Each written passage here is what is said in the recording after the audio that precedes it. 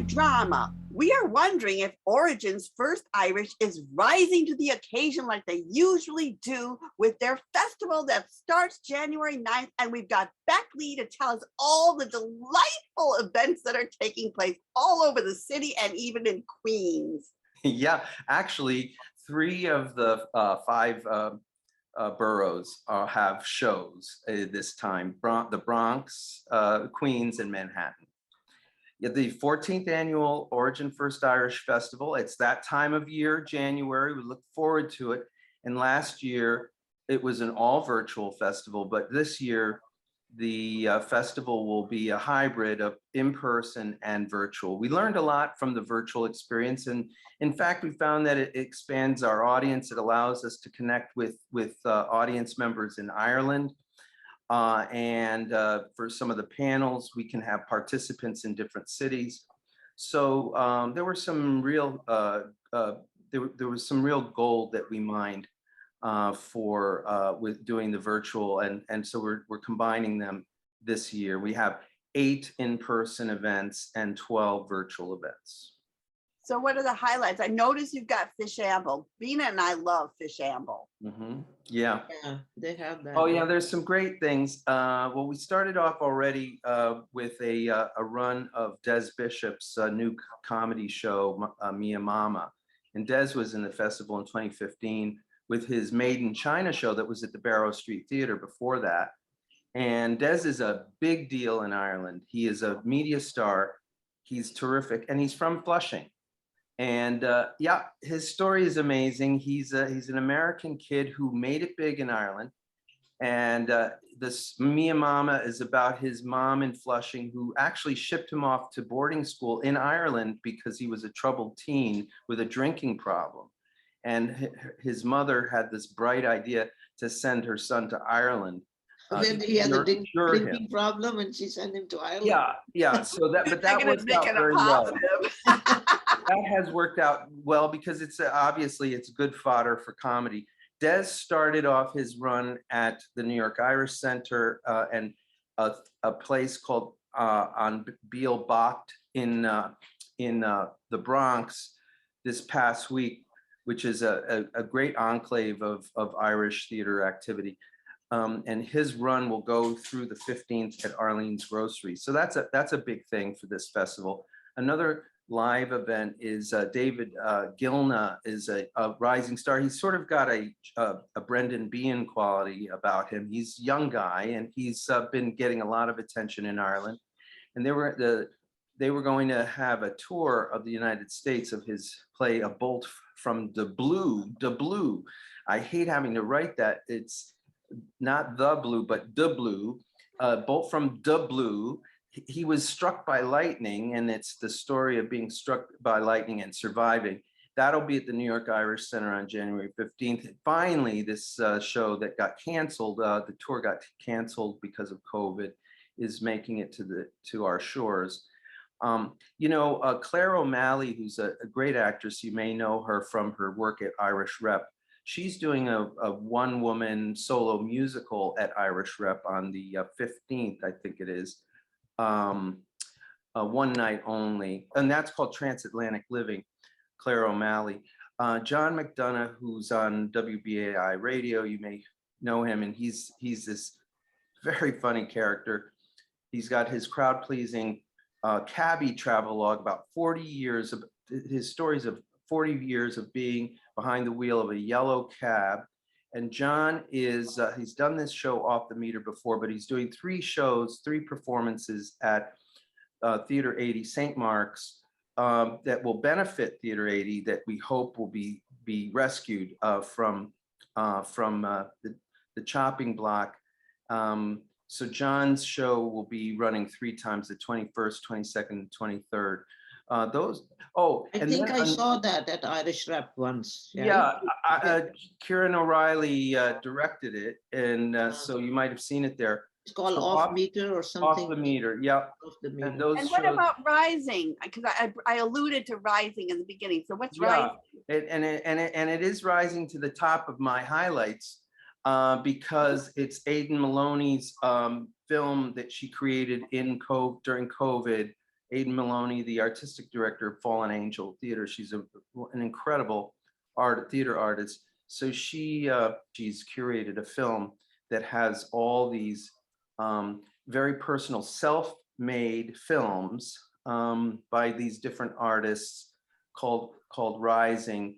And then another highlight would be the commemoration of Bloody Sunday will be live on January 30th. That's 50 years to the day when British soldiers killed 13 peaceful activists. That'll be a reading of a play that has transcripts from the trial that took place over a period of years, the Seville inquiry.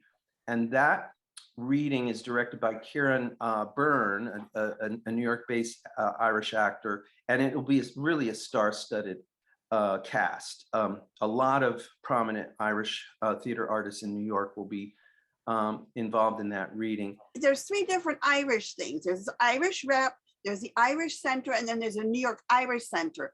There are three different ones because people get confused between Irish Center and New York Irish Center. Yeah, Irish Arts Center. It's a bit confusing, yes. Yeah, Irish Arts Center. They just have opened a new building on West 51st Street, I think, an incredible new building that took a long time and a lot of fundraising, and that's an important institution in New York. Is George the artistic director in the Manhattan Irish Center now? No, he moved from Origin to the New York Irish Center in Long Island City. It is fabulous. Even if the trains are not working, you can get there by bus.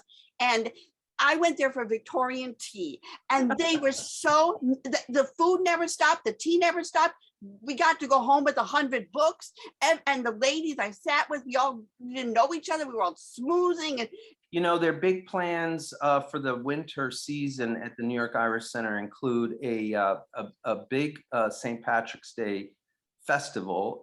They have a Black Irish event during Black History Month about the Black Irish diaspora, and we would get to learn more about the interesting synergy between African American and Irish immigrants in the 19th century, especially in the 5 Points. That's something that people don't really know too much about.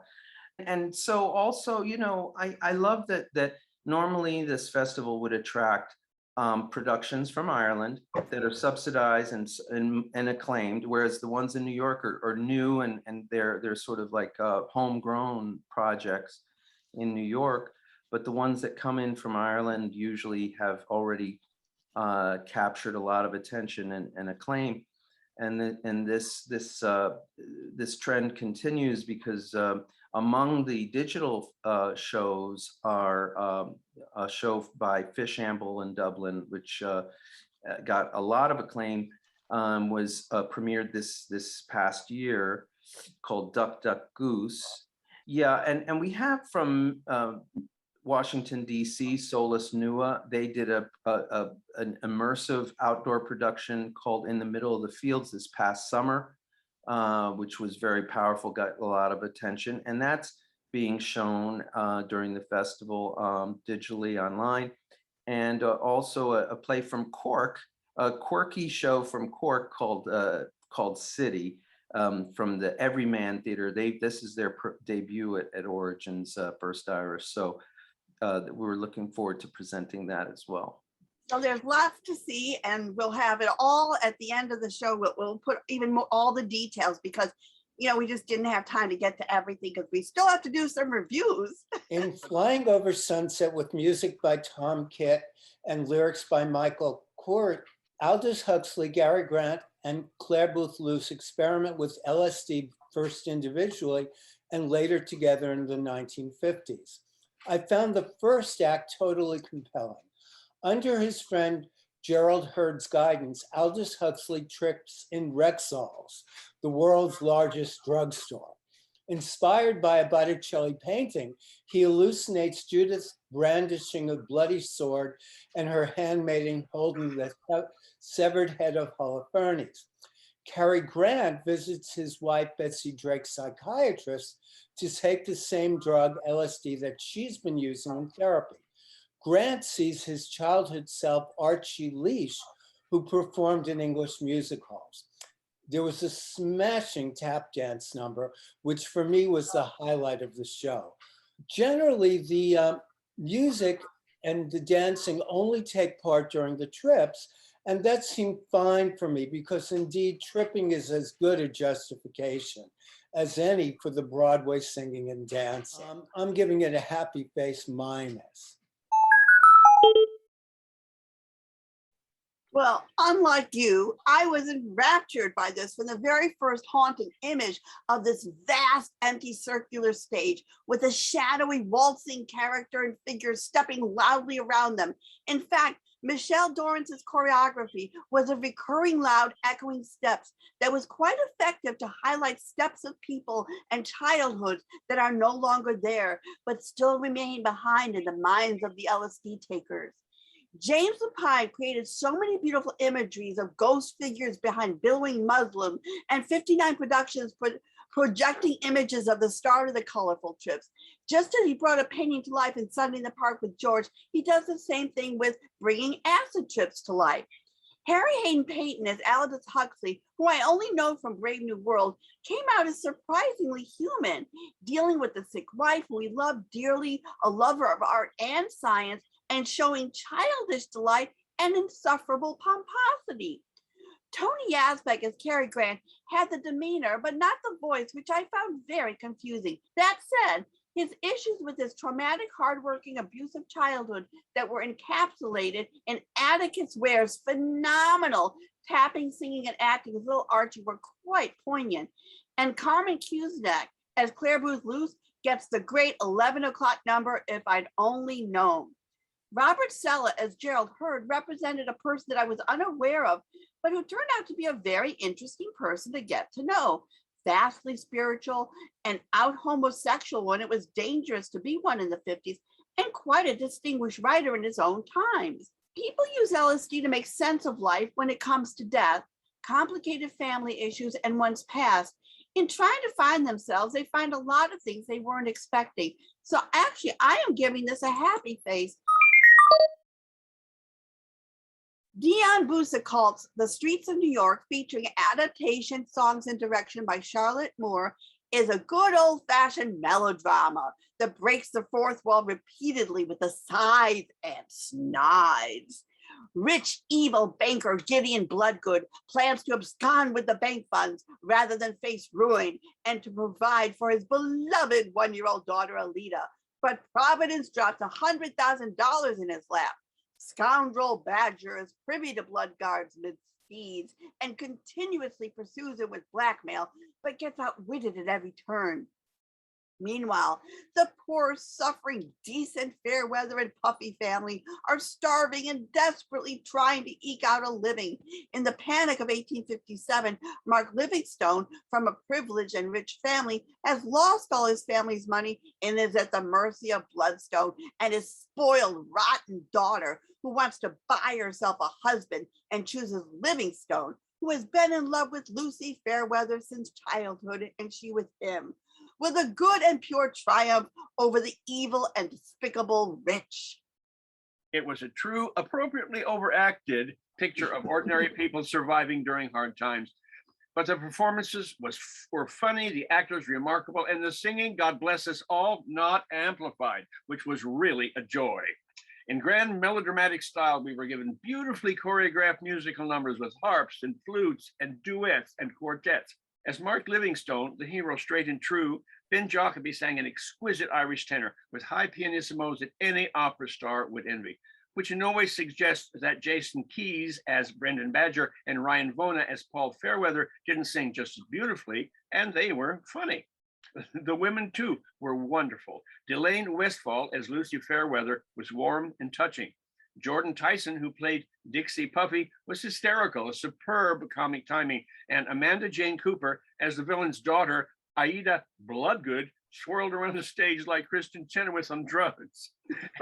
Everyone in the cast was exceptional, beauty and class everywhere, except for the one I wanted to boo and hiss, David Hess as Gideon Bloodgood, as dastardly and cold as any heartless banker I've ever seen. Woe unto him and his kind, yet he could tap dance.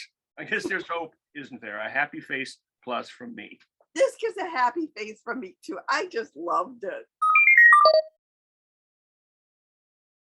Dr. Vivian Bering, PhD, is suffering from stage 4 ovarian cancer. When Margaret Edson's wit opens, she has been hospitalized for many months, and she says almost immediately, I don't mean to give away the plot, but I think I'm going to die at the end. This she does after a heart-rending performance by Aaron Cronigan, which makes this a must-see event. Dr. Bering is a college professor specializing in the poetry of John Donne, the great English cleric considered to be the preeminent metaphysical poet of the 17th century. Death be not proud, though some have called thee mighty and dreadful, for thou art not so. Living with thoughts such as these, Dr. Bering fights for her life while her mental state is projected as a handwritten script onto a screen that dominates the stage. It is an exquisite theatrical event. Her thoughts are clear and concise when the play begins, gradually becoming distorted and unreasonable as she dies. Aaron Cronigan is unforgettable as Dr. Bering. Her intellectual musings, her pain as her mind goes and she is no longer able to function. The audience was brought to tears more than once. Miss Cronigan delivered exquisite dialogue with rich understanding, incredibly sympathetic. I can hardly say more than that. Brian Asher Walker as Susie Monahan, Vivian's nurse, the most ordinary person in her life, was the only one who offered sympathy. She was no intellectual, but her humanity was a remarkable contrast to that of Bering's doctors, who seemed to consider their patient primarily as a research experiment. As might be expected from a Pulitzer Prize winner, Miss Edson's dialogue was intelligently written. It demands a great deal of the audience. The quotes from John Donne, the stunning language Dr. Bering made her life's work, coming together to provide an intellectual exercise of the sort that's all too often missing from many of today's plays. Running at the Paradise Factory through January 16th, a Happy Face Plus for wit. Company, with music and lyrics by Stephen Sondheim and book by George Firth, directed by Marianne Elliott, concerns Bachelorette Bobby, who's 35 and it's her birthday party, and all her coupled friends are gathered to celebrate her. Despite the ambivalent feelings the friends have about being coupled, they've all made commitments to be within that relationship. And Bobby just doesn't seem to be quite ready for it yet, although she might be moving toward it as the play reaches its end. I don't know any production that thrilled me as much in recent years. So I love this. Ditto. I mean, look, when the show was over, I said, drop the mic. You're never going to see better than this. This was just brilliant on every single level. And I just want to say that each couple is distinct in their own ways on how they keep their relationship fresh. You got Sarah and Harry, who are a playfully wrestling duo. You have Southern Belle Susan and Peter that stay happily living together by getting divorced. And then David and Jenny take pleasure with pot. And Joanne and Larry drink and dance and pursue life with sardonic gusto. And when Bobby, she finds aspects in all of them to be appealing and wishes that she could take those elements to create her perfect mate. And can I just say, will she ever blow out that birthday candle? And Marianne Elliott is a genius director. I mean, genius. In every single scene, it's like they're little cubicles, they're like little snapshots. There's 35 hidden in there. Even the clock says 3:05. And one of the characters, he's dressed in shorts, and even in pajamas, he's wearing shorts. That's Christopher Fitzgerald. I mean, the cast is just Katarina Lank. I mean, all of them are just brilliant. The movement is brilliant. All the production values. I mean, this truly is the most perfect show I have ever seen. And Patti LuPone as Joanne, the sardonic older woman, really does steal the show, even though everybody else is magnificent as well. And we should mention that normally Bobby is played as a bachelor, as a man, and it really works perfectly well to have Katrina Lenk playing her as a woman. Well, I disagree. There is nobody steals the show on this one, because they're all steal my heart. I cannot praise this enough. You're in good company with this one. I mean, and I've seen several companies, but this one blew my mind. Million happy faces plus. Again, drop the mic on this one. Sondheim Weidman's Assassins, now at Classic Stage Company, chronicles all the presidential assassins and would-be assassins from Booth to Oswald. It's one of Sondheim's favorite subjects, the failed American dream. These poor misguided souls that brought a nation to its knees, all the while thinking that what they did was going to save the nation, while others had less lofty motives. They had a bad tummy or wanted to impress Jodie Foster or rescue psychopathic Charles Manson from prison. You'd think such a deadly topic right now would be in poor taste, but anytime it is shown, it reveals how timely it will always, always be. This time it focuses on Black Lives Matter, with an unnamed Black female presenting a flag to delineate the different assassins, a rather nice and chilling touch. And this is a stellar cast of theatrical luminaries with brilliant voices. Well, I enjoyed it immensely. When Sondheim died on November 26th, our whole community went into shock. One could almost feel the city moan. He was 91, of course, but he was known to be healthy. He'd enjoyed his Thanksgiving dinner with friends the day before, and there had been no indication that it would be his last. He was a dedicated theater goer, popping up unannounced at sundry events. Indeed, he attended the opening of this production on November 26th. He liked it, I'm told, which isn't surprising, given that it is a tight, entertaining ensemble piece with excellent acting and some remarkably original instrumental work. And it was written in Sondheim's 70s, I have to say, putting him right up there with such greats as Giuseppe Verdi, who composed Falstaff and Othello, his greatest operas, in his 80s. I also have to say, as a senior citizen myself, that I envy him for his speedy exit.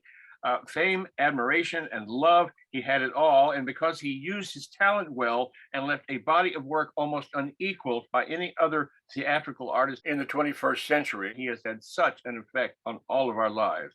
Well, as you said, great art is universal, and that's what makes it great. The justifications of the assassins presented in John Weisman's book was as twisted and modern as anything we're hearing on the internet right now. Add Sondheim's unforgettable harmonics, the styles and talents of Steve Pasquale, who played John Wilkes Booth, Ethan Slater, Lee Harvey Oswald, Wesley Taylor, Giuseppe Zangara, and Tavi Gaveston, Squeaky Fromm, to mention only a few of the exceptional performers in this thought-provoking piece, and you have a resounding warning that can only be ignored at our peril. For everything this play has to say to us, for everything that Sondheim left us, I give it a stunning happy face, which is, I think, new for us, and that's the best I can do. A year ago, instead of targeting the president, the former president targeted democracy with his inciting a mob to attack the seat of democracy, the Capitol. He didn't succeed any more than the assassins, because whatever the faults of America, the people are resilient and eventually find their way home. And I'm giving it a happy face minus because there were a couple things I wasn't happy with. Eva and I both caught the New York Pops at Carnegie Hall for Back from the Holidays. And it was in between the end of Hanukkah and before Christmas. And we did have so many great Christmas carols, Jingle Bell Rock, Have Yourself a Merry Little Christmas. And Kelli O'Hara, who I adore, was a replacement for Laura Benanti, who would have been marvelous too, who had to bow out due to COVID exposure. And Kelli actually honored Laura by telling a lot about their friendship. So I thought that made it especially intimate and wonderful. It's always great hearing familiar music with such a full and magnificent sound. Go to Carnegie Hall whenever you can. See Kelli O'Hara whenever you can. Absolute happy face. I got to see Kathleen Turner at Town Hall in a show she calls Finding My Voice. And this was a revelatory show. You learn about her family, love, and life, and got a damn fine concert to boot. And I hope she continues her cabaret career because she's got this wonderful, husky, growling, sexy, sultry, smoky voice. And she sang some of my favorite songs. I mean, Moonshine Lullaby, Sailing from William Finn's A New Brain. So if she comes back in a singing thing or anything, go see it. She's marvelous. And so is the Town Hall, which in February, Scott Siegel will be back with his Broadway by the Years. And now for the dashing and dapper and informative Jay Michaels with his Indie Influencer. This is Jay Michaels. This is high drama, and this will eventually be Indie Influencer. I thought I'd take some time now at the beginning of the year to redo my studio and to get some new equipment, because 2022 looks like a really powerful year. On stage, Anthony Laura is preparing for a full season at Face to Face, including the return of his magnum opus, The Girl with the Red Hair. Meantime, he's casting A Place for Us, which will premiere at the Chain Theater next month. Ripple Effects Artists is planning a Valentine's Day gala next month and a new off-Broadway play in June. Playful Substance is deep into meetings, preparing for new works by its writers group. And the Improvisational Repertory Theater Ensemble, which started January 12th with an improv workshop, returns with one of their classics. That's right, Tammy's Bachelorette will be Fridays and Saturdays, February 11th through 26th, with a special Valentine's Day performance on Monday, the 14th, all at the Producers Club, and tickets on sale now. On film, Boston Sci-Fi 47 lands live and virtually starting February 16 with Phoenix Beer Con's Dracfest, celebrating the 125th anniversary of the printing of Dracula, will go live and virtual in March. Speaking of sci-fi, bit of trivia. Do you know the movie Soylent Green? You gotta tell them Silent Green is people! In that movie, do you know when that futuristic event was supposed to take place? 2022. This is Jay Michaels. This will be Indie Influencer. This is high drama. And these